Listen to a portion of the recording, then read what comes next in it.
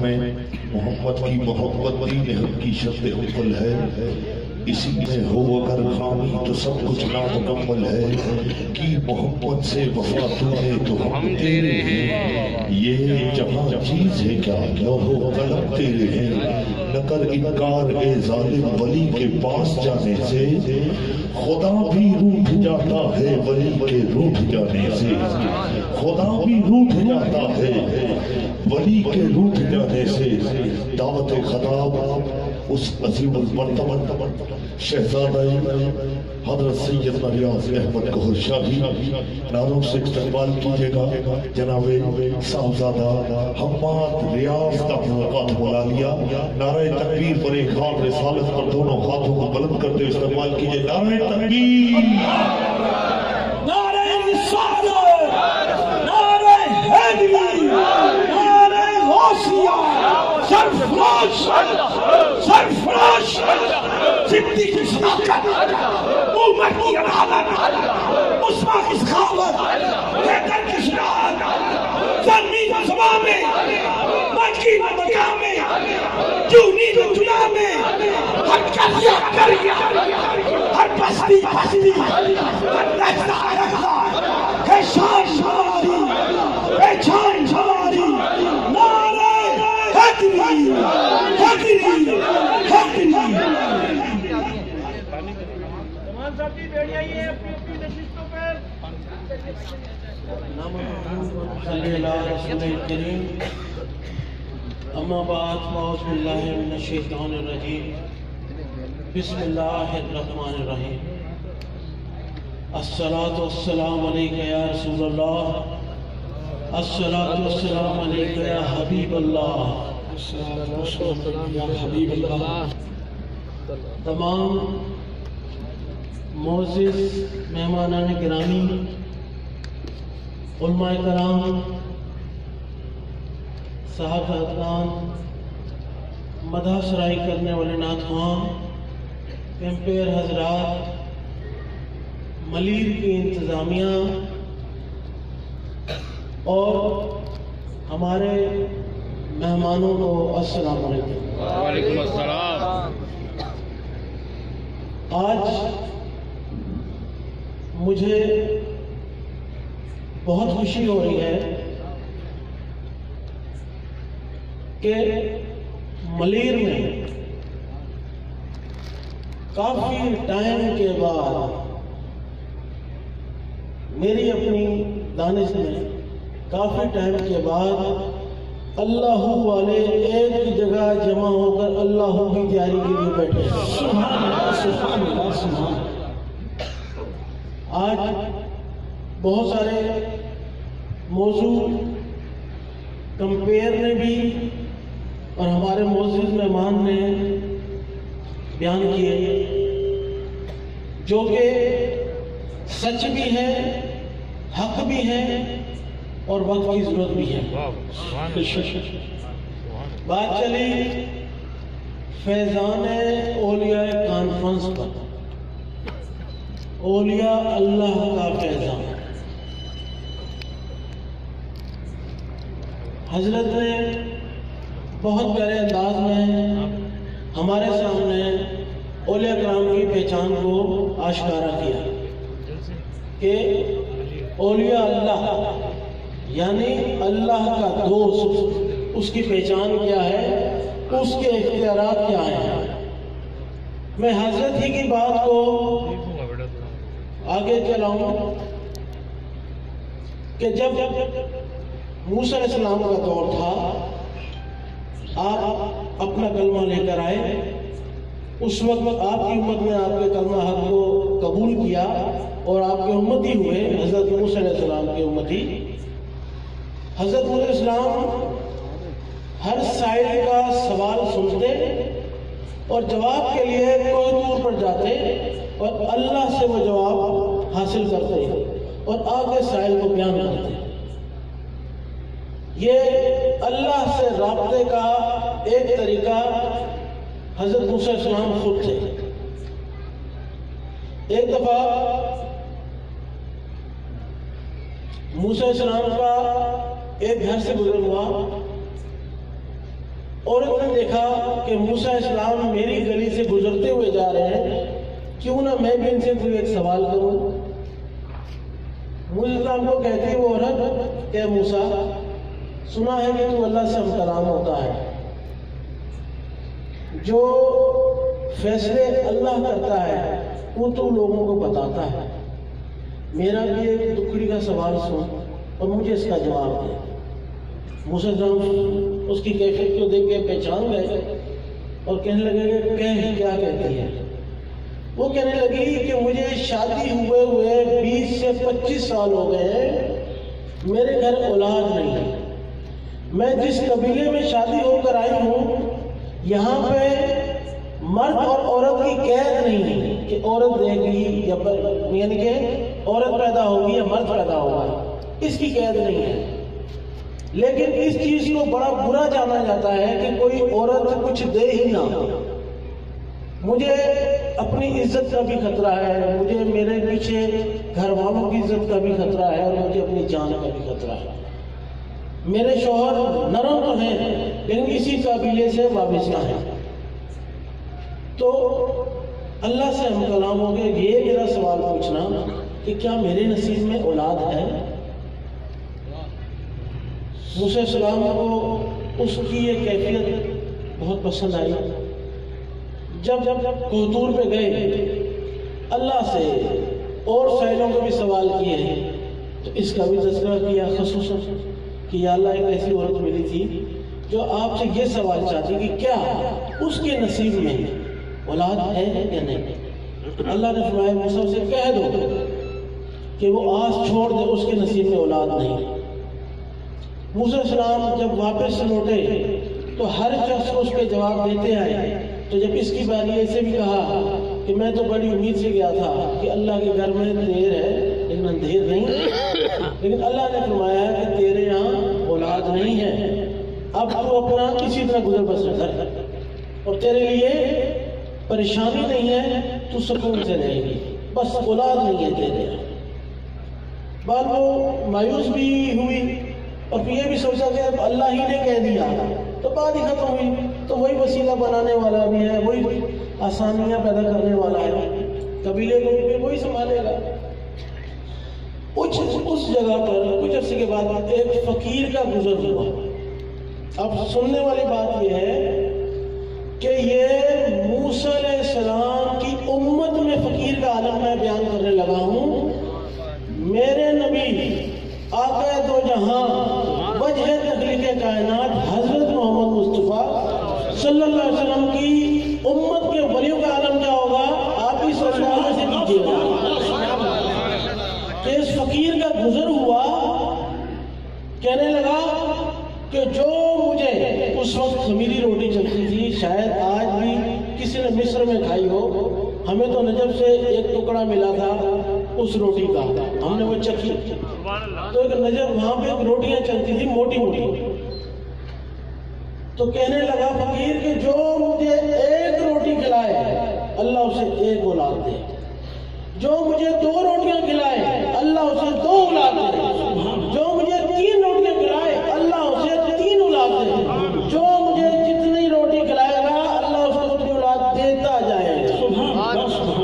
یہ آواز جو طالب نہیں تھے انہوں نے تو سنی کر دی کہ اس فقیر کے کہنے سے اللہ دے گا، اس فقیر کو روٹی کھلائیں گے تو اللہ اولاد دے گا، کیوں نہ اللہ کے نام پہ دے، اس کو دینے کی کیا ضرورت ہے۔ اس پہ ایک نقطہ بھی ہے جو انہوں نے بیان کیا، اسی ایک مخصوص سوچ کی طرف، اس پہ بھی میں آپ کو آگے بیان کروں گا۔ تو جب یہ آواز اس نے سنی کہ بھئی 1 روٹی 1 اولاد، 2 روٹی 2 اولاد، 3 روٹی 3 اولاد، اس کے معلوم تو تھا کہ اللہ کے نبی نے کہہ دیا تیرے اولاد نہیں ہے، لیکن ایک کثرت جو ہماری عورتوں میں ہے تو وہاں کی عورتیں بھی وہی تھیں جو یہاں کی ہیں، تو اس نے کہا شاید یہاں سے کام بنے۔ اس نے اس فقیر کو اپنے گھر کی چوکھٹ پہ بٹھایا اور اس کو کچھ روٹیاں تازی بنا کے خمیری روٹی، وہ کچھ 2 اس کے ہاتھ میں دی جو اس نے کھائیں اور کچھ اس کو لپیٹ کے دے دی۔ اور کہا کہ چل شاید اللہ تیری کئی بھی بات پوری کرے۔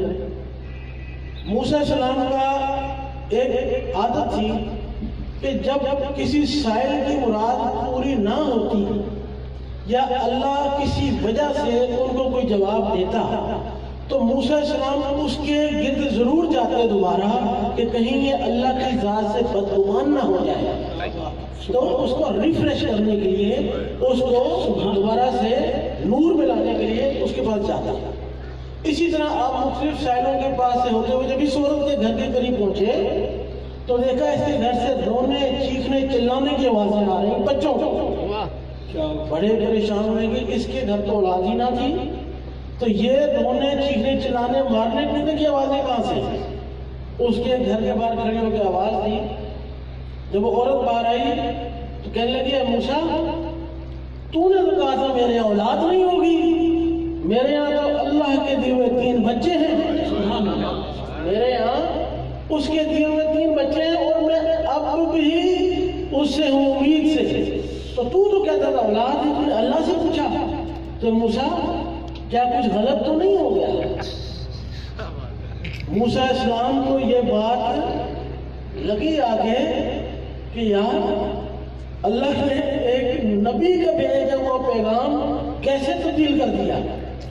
فوراً وہ دور پہ گئے اور جا کے کہا اے اللہ اس طرح سے ماجرا ہوا، وہ بھی اللہ ہے نا، تمام جہانوں کا مالک، سبحان اللہ، تمام خالقوں کا خالق، وہ ہر اس دنیا میں جو چیز تخلیق ہو رہی ہے آج سائنسدانوں کے ہاتھوں سے، ان تمام خالقوں کا خالق، جو آٹم آج ملا وہ ایٹم ابابیل کے نام سے پہلے چلا دیے، ان تمام ابابیلوں کے منہ میں موجود ایٹموں کا خالق ہے۔ تو اس نے کہا اللہ نے اے موسیٰ یہ سارے باتیں چھوڑ، یہ چھری اور یہ پلیٹ، جا پہلے مجھے کسی انسان کا گوشت لا کے دے، پھر میں تیرے سوال کا جواب دوں گا۔ موسیٰ علیہ السلام نے چھری اور پلیٹ پکڑی، نیچے آئے، نیچے اس وقت کے جو عالم ہوں گے ان کے پاس بھی گئے کہ اللہ نے گوشت مانگا ہے، سوال کا جواب ملے گا، انہوں نے منع کر دیا۔ پھر کچھ ہم جیسے پیروں فقیروں کے پاس بھی گئے ہوں گے، کبھی چلو تم ہی دے دو، انہوں نے بھی جواب دیا کہ بھئی انسان کا کوئی، وہ بھی ہمارا، کسی مریض کا لے لو، کسی مقتدی کا لے لو، ہمارا ہی کیوں، انہوں نے بھی منع کر دیا ہوگا۔ پھر گئے مختلف عاشقوں کے پاس بھی گئے ہوں گے، انہوں نے بھی منع کر دیا۔ بڑے مایوس ہوئے کہ اللہ کے بنائے ہوئی مخلوق اللہ کے نام کو گوشت نہیں دے سکتے۔ بالے قریب سے گزرے دیکھا کہ فقیر کون ہے، حالت میں بری حالت میں پڑا ہوا ہے۔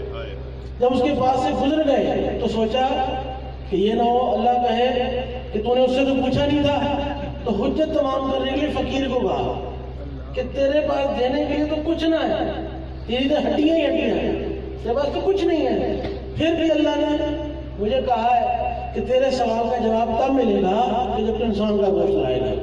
فقیر آگے سے کہتا ہے موسیٰ اللہ نے کون سے حصے کا گوشت مانگا ہے؟ انسان کے کون سے حصے کا گوشت مانگا ہے؟ پریشان ہو گئی، یہ تو میں نے پوچھا ہی نہیں اور بڑا وقت لگے گا آنے جانے میں۔ تو پھر تو اس فقیر نے اپنے جسم کا ہر حصے کا گوشت تھوڑا تھوڑا اس ٹرے میں ڈال دیا۔ جب گوشت ملا موسیٰ علیہ السلام خوش ہوئے کہ اب تو جواب ملے گا۔ اب اس عورت نے جو بتایا مجھے، جو اللہ نے سوال ہوا، اب تو اللہ اس کا جواب دے گا۔ فوراً پوچھا تو دور پہ یا اللہ یہ میں گوشت لے آیا۔ اللہ نے فرمایا موسیٰ تو بھی تو انسان تھا، مجھے تو انسان کا گوشت چاہیے تھا، تو کیسے بھول گیا کہ تو بھی انسان تھا؟ جب اس فقیر نے اس عورت کے لیے دعا کے لیے ہاتھ کھڑے کیے تو اس وقت میں اس فقیر کی دعا کو ٹھکرا نہ پایا۔ یہ موسیٰ علیہ السلام کی امت میں موجود ولی کا عالم تھا، جن کو اللہ کا دیدار نہیں تھا، جن کے پاس اسم ذات اللہ کا ذکر نہیں تھا۔ اب سنیں آقا دو عالم حضرت محمد مصطفیٰ صلی اللہ علیہ وسلم کی امت میں موجود ولیوں کا عالم۔ ایک قصہ بیان کروں گا کہ جب کہا گیا کہ یوسف علیہ السلام کو بھیڑیے کھا گئے، یوسف علیہ السلام کو بھیڑیے کھا گئے، جب بھیڑیوں سے دریافت کیا وہ کہنے لگے کہ اگر ہم نے کھایا ہو تو ہمیں 14ویں صدی کے عالموں میں سے اٹھانا۔ ایک اس نبی کی بات، پھر آقا دو عالم فرماتے ہیں کہ میری امت میں عالم، میری امت کے عالم بنی اسرائیل کی نبیوں کے مانند ہوں گے۔ سبحان اللہ۔ میری امت کے عالم بنی اسرائیل کی نبیوں کے مانند ہوں گے۔ یوسف علیہ السلام کے والد بھی نبی، آقا صلی اللہ علیہ وسلم آخری نبی، انہوں نے بھی غلط نہ کہا ہوگا، رب کا کلام ہوگا، آپ نے بھی غلط نہیں کہا، رب کا کلام۔ تو فرق کہاں ہے؟ بڑا واضح فرق ہے کہ یوسف علیہ السلام کی طرف جو اشارہ تھا انہوں نے اشارہ کیا تھا علماء سو کی طرف، کہ جو 14ویں صدی کے علماء سو ہوں گے وہ بھیڑیوں سے بھی بدتر ہوں گے۔ آقا دو عالم نے جو اشارہ فرمایا کہ میری امت میں عالم بنی اسرائیل کی نبیوں کی مانند ہوں گے، وہ علماء حق کی طرف اشارہ فرمایا۔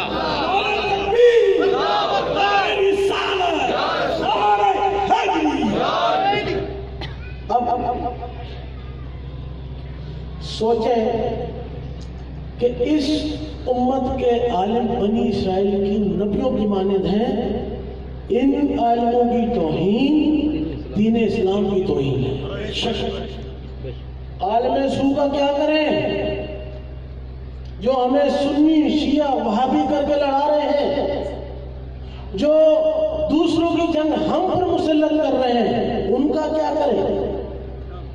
ان کے لیے کیا رکھا؟ پھر اللہ فرماتا ہے کہ بندہ مومن میں تیرے چہروں کو نہیں دیکھتا، بندہ مومن میں تیرا لباس بھی نہیں دیکھتا، بندہ مومن میں تیرے قلب میں موجود نیت کو دیکھتا ہوں۔ اللہ فرماتا ہے کہ روزے میں سے جب تو میرے سامنے آئے گا تو میں میری داڑھیوں دیکھ کے تجھے نہیں بخشوں گا، میں یہ دیکھ کے نہیں بخشوں گا کہ مونچھیں نہیں ہے یا داڑھی ہے تو بخش دو، داڑھی نہیں ہے مونچھ ہے تو بخش دو، کلین شیو ہے تو بخش دو۔ اللہ فرماتا ہے میں تیرے چہرہ نہیں دیکھتا۔ پھر روزے میں سے کوئی اگر جھپا پہن کے جائے گا، جو حضرت صاحب نے فرمایا کہ کوئی جھپا پہن کے جائے گا تو اللہ اس کو اس لیے نہیں بخشے گا کہ جھپا پہن کے آیا ہے تو بڑا عالم ہوگا، نہیں، کوئی گدڑیاں پہن کے آ گیا تو کوئی بہت بڑا پیر ہوگا، نہیں بخشا جائے گا۔ اللہ فرماتا ہے میں تیرے دل میں موجود نیت کو دیکھتا ہوں، انما الاعمال بالنیات، تیری نیت کیا ہے؟ اس نیت کو سنوارنے کے لیے اللہ نے اپنے آخری نبی کی امت میں اولیاء کرام کو بھیجا۔ ان اولیاء کرام کا کام کیا ہے؟ وہ کرتے کیا ہیں؟ یہ اولیاء کرام کرتے کیا ہیں؟ اولیاء کرام صرف آپ کے دل پہ نظر ڈال کر آپ کے خالی دل کی دھڑکنوں کو جو صرف ٹک ٹک ٹک ٹک ٹک کرتی ہیں ایک کو اللہ اللہ اللہ میں لگا لیتے ہیں۔ جب جس طرح سے کچھ عرصہ پہلے ہمارے اس پرامن کراچی یہاں پر ایک شہر تھا لیاری، جو گھر خالی ہوتا تھا وہاں پر ایسے لوگ دہشت گرد انتہا پسند لوگ وہاں پہ بیٹھ جایا کرتے تھے، قبضہ کر لیا کرتے تھے، بنے بنائے گھر، خوبصورت گھر قبضہ خوروں کی آماج گاہیں بن جایا کرتی تھی۔ اسی طرح جب آپ کا یہ دل اللہ کے نور سے خالی ہوگا تو پھر یہاں شیطان بیٹھ جائے گا۔ جب شیطان بیٹھے گا تو وہ کیا کرے گا؟ شیطان جس طرح لیاری میں خالی گھر میں بیٹھ کے گولہ چلایا گیا، فائرنگ کی گئی، قتل عام کیا گیا، جبر کیا گیا، اسی طرح جب اس دل میں خالی دل میں شیطان آ جاتا ہے تو وہ بھی آپ کو انہیں کاموں میں لگاتا ہے، پھر آپ کو سنی شیعہ وہابی کر کے لڑاتا ہے، پھر آپ کو سندھی مہاجر پٹھان کر کے لڑاتا ہے، پھر آپ کراچی اور دوسرے شہروں میں دوسرے ملکوں میں ملا کے لڑا دے گا، کبھی ایران سعودیہ بنا کے لڑا دے گا، کبھی یمن سعودیہ کر کے لڑا دے گا، کبھی شام اور فلسطین یا برما کر کے آپ کو لڑا دے گا۔ وہ شیطان یہ کام کرے گا جب دل میں آ جائے گا، لیکن جب اس دل میں اللہ کا نور آ جائے گا، اس گھر کا اصل مالک آئے گا، تو پھر کیا ہوگا؟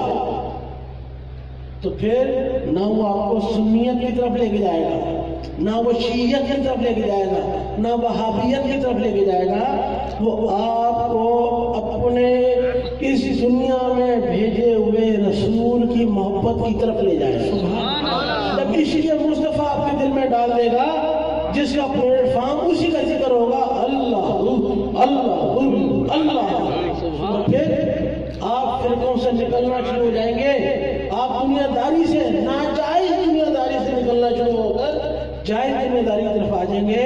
آپ اس مشن کا، اس تنظیم کا یا اس فرقے کا ایسا بن جائیں گے جو اللہ نے معتبر فرمایا۔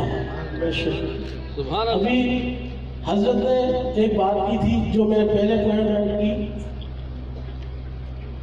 ہمارے گاؤں میں ایک فوجی صاحب تھے،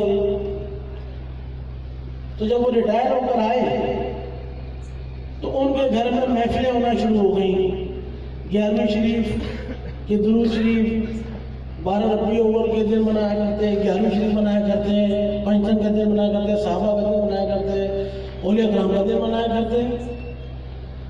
8 مہینے 9 مہینے سال ایسا چلتا رہا، پتہ نہیں کہاں سے بدتر بندے آ گئی وہاں ہمارے علاقے میں، آپ سمجھ رہے ہوں گے۔ ان بدتر بندوں نے آ کے ہماری اس مسجد کا محاصرہ کیا، اللہ نے مسجد تو بچا لی، وہ فوجی نہیں بچ پایا۔ تو ہم نے پھر وہ کیا ہوا کہ وہ 6 مہینے گھر سے غائب ہونا شروع ہو گیا، کہاں ہے یہ اللہ کی راہ میں گیا ہے۔ پھر پوچھا وہ 12ویں مناتا تھا، کہاں ہے بھئی اللہ کی راہ میں گیا ہے۔ چراغاں کرتا تھا، بھئی نہیں ہوئی، کہاں ہے اللہ کی راہ میں گیا ہے۔ ہم نے پوچھا بھی پہلے تو ریٹائرڈ ہوا تھا، اب کیا ہوا ہے؟ کہتے جی اب مینٹلی ریٹائرڈ ہو گیا ہے، پہلے صرف ریٹائرڈ ہوا تھا، ابھی مینٹلی ریٹائرڈ ہو گیا ہے۔ اسی طرح سے جو لوگ آپ کے دلوں سے عشق مصطفیٰ نکال دیں، عشق فیضان اولیاء نکال دیں، سمجھ لیجئے مینٹلی ریٹائرڈ ہو گئے ہیں۔ ان کی جگہیں ہمارے حیدرآباد میں تو گدو ہے، آپ کے یہاں پتہ نہیں کیا ہوگا، ہمارے یہاں تو گدو ہے، آپ کے یہاں پتہ نہیں کیا ہوگا۔ ایسے لوگوں سے بچیں، کیوں؟ جیسے حضرت نے فرمایا کہ کچھ لوگ اللہ کے ذکر سے بغض رکھتے ہیں، اور بغض کیسے ہوتی ہے؟ اللہ اللہ بھی کرتے ہیں۔ اس کی آسان مثال دینے لگا ہوں آپ کو، آپ لوگ بھی سنیں، سننے والے بھی سنیں، کہ ہمارے دوست اسماعیل چانگلو صاحب کیپٹن ہیں ایک جگہ پر، ہم نے ان سے پوچھا سنائے جی آپ کے 12 چنار میں شروع ہو گئی جنگ، کہنے لگے جی کیا سنائیں؟ کہتے صبح 4:30 بجے ہم اللہ اکبر کا نعرہ لگاتے ہیں اور گولا پھینکتے ہیں طالبان کے اوپر، کہتے جن پہ گرتا ہے وہ تو ہلاک ہو جاتا ہے، جو ہلاک ہو رہا ہوتا ہے وہ کلمہ پڑھتا ہے۔ کہتے پھر وہاں سے 5:30 بجے ان کی طرف سے بھی گولے آتے ہیں، کہتے جو ہمارے کیمپ میں گرے تو ہمارے جو شہید ہو گئے اور جو شہید ہو رہے تھے وہ بھی کلمہ پڑھتے ہیں۔ کہتے سمجھ نہیں آتی کہ وہ بھی ایک اللہ ایک رسول ایک قرآن کو ماننے والے، یہ بھی ایک اللہ ایک رسول قرآن کو ماننے والے، وہ بھی آقا دونوں حضرت محمد مصطفیٰ صلی اللہ علیہ وسلم کے بعد کسی کی بھی نبوت میں یقین نہیں رکھتے۔ ہم بھی یہی کرتے ہیں کہ ہمیں بھی یقین ہے کہ آقا کے بعد کوئی نبی آئے گا، جو آئے اور دعویٰ کرے کافر منکر زندیق ہے۔ کہتے ہمیں سمجھ نہیں آتی کہ قرآن ان پہ اثر نہیں کر رہا ہے یا ہم پہ، ہمیں سمجھ نہیں آ رہی کہ قرآن ان پہ اثر نہیں کر رہا ہے یا ہم پہ۔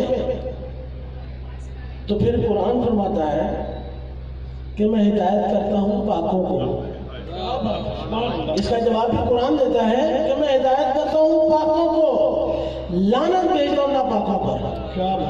اب اگر اس پورے مجمع میں کسی سے یہ کہوں کہ میری گاڑی میں سے قرآن نکال کے کسی کے گھر میں پہنچائے تو وہ کہے گا کہ سائیں پہلے اجازت لینے دو، پاک ہو جاؤں پھر قرآن کو ہاتھ لگاؤں گا. چاہے بڑا ہو، چاہے جوان ہو، چاہے بچہ ہو، جو بھی قرآن کو ہاتھ لگائے گا پہلے وضو ہو کر پاک ہوگا پھر قرآن کو ہاتھ لگائے گا.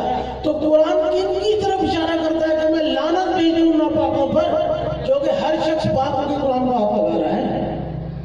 تو وہ اشارہ کرتا ہے ان پر جو قرآن کی ایک آیت پڑھتے ہیں اور کہتے ہیں کہ اس آیت کے تناظر میں یہ شخص کافر ہو گیا، فلاں فرقے والا کافر ہو گیا. پھر وہی آیت وہ فرقے والا پڑھتا ہے اور کہتا ہے کہ اس آیت کے مطابق یہ فرقے والا کافر ہو گیا. یعنی کہ 72 فرقے اسی آیت کا سہارا لے کے بننا شروع ہو گئے. اللہ قرآن میں فرماتا ہے کہ میں لعنت بھیجتا ہوں ان پر کہ اس جو پاک کلام کو، جو اس رحمت کو، جو اس نور کو اپنی انتہا پسندی کے لیے، فرقہ واریت کے لیے استعمال کرتے ہیں. میں لعنت بھیجتا ہوں. اور پھر فرماتا ہے کہ میں ہدایت کرتا ہوں پاکوں کو. پاک کون؟ پاک وہ کہ جنہوں نے پاکستان میں کیا پوری دنیا میں مسلمانوں کو کافر منافق نہیں کیا، فرقہ پرستی کی جنگوں میں نہیں لڑایا. انہوں نے ملکوں کو، اسلامی ملکوں کو، اسلامی ریاستوں سے نہیں لڑایا، بلکہ کافروں کو مسلمان کیا، دین اسلام میں داخل کیا. انہوں نے جہاں ریاستیں، اسلامی ریاستیں لڑیں، بیچ میں اپنا امن کا کردار ادا کر کے ان کو ایک کہوارے میں شامل کر لیا.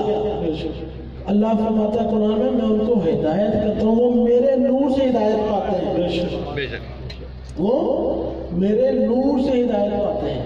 مقصد بتانے کا یہ کہ آج بھی اگر کچھ لوگ کہتے ہیں کہ انجمن والوں کی تعداد کم ہے، میں کہا اچھا، کہتے ہیں کہ پیغام ٹھیک ہو تو تعداد زیادہ ہو جائے گا.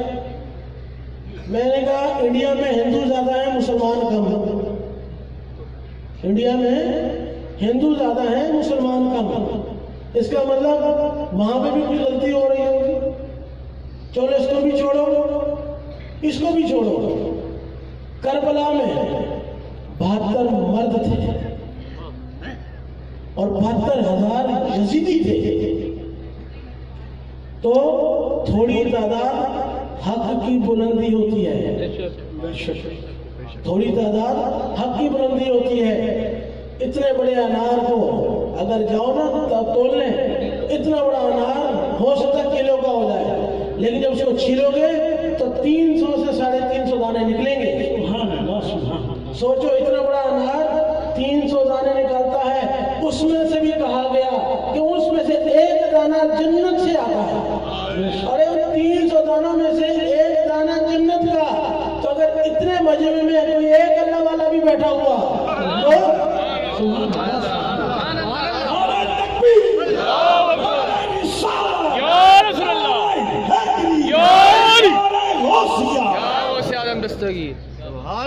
آقا دو عالم کی امت میں موجود ولی ایک نشان دینے لگا.